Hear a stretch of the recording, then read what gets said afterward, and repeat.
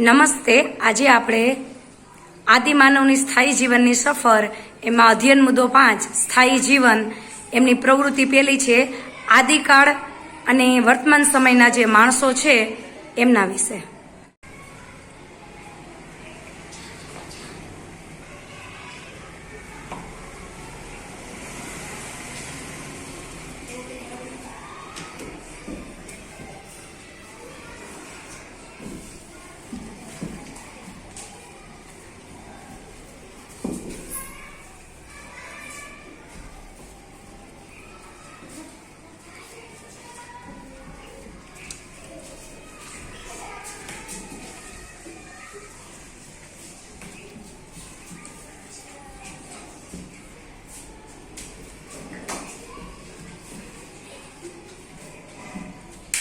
વાહ, સરસ.